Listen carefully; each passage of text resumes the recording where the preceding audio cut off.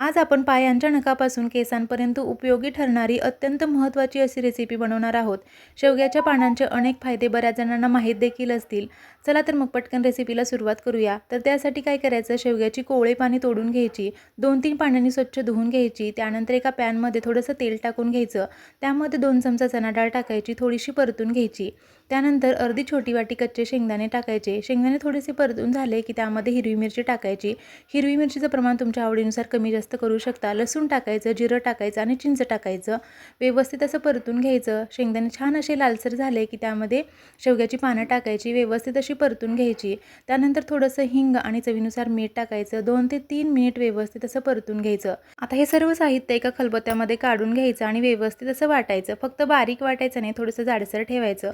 हवं तर तुम्ही मिक्सरमध्ये सुद्धा वाटून घेऊ शकता। तर मस्त असा खमंग रुचकर शेवग्याच्या पानांचा ठेचा तयार आहे। व्हिडिओ कसा वाटला कमेंट करून नक्की सांगा।